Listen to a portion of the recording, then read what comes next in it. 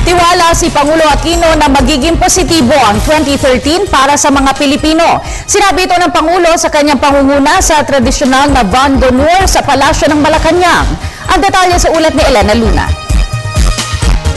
Patuloy ang positibong pananaw ni Pangulong Aquino para sa Pilipinas sa taong 2013. Sa ginanap na taunang Van d'Honneur sa Palasyo, inilahad ng Pangulo ang inaasahan sa pagpasok ng bagong taon. Nagbalik tanaw din siya sa nagdaang 2012. 2012 was a good year for the Filipino people. We saw economic growth surpass expectations. We witnessed of a peace deal and the restoration of public confidence in our judiciary. 2012 will be a difficult year to match, let alone exceed. Given all that we have achieved in the previous year, I believe we have plenty of reason to greet 2013 with optimism. That the path we have chosen to tread in the last 2.5 years will continue to yield positive results for our nation and our region. Ang Van d'Honneur ay bahagi ng taunang New Year's reception na isinasagawa ng Pangulo bilang pinuno ng bansa. Ang Van d'Honneur ay French word na ang ibig sabihin ay Wine of Honor.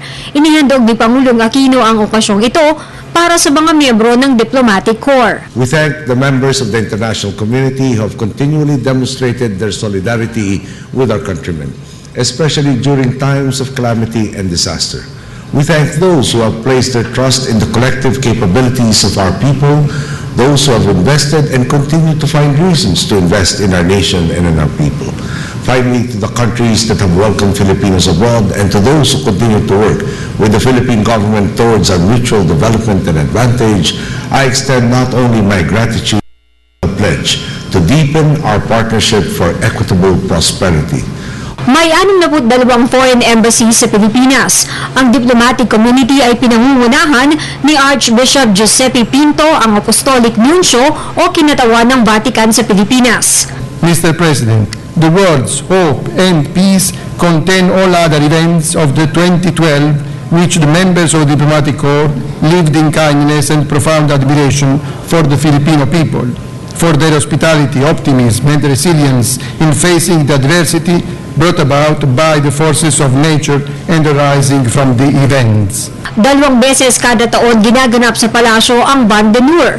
Ito ay tuwing Enero. Ginagawa rin ito sa Palasyo tuwing Araw ng Kalayaan o June 12. Para sa Telebisyon ng Bayan, Elena Luna.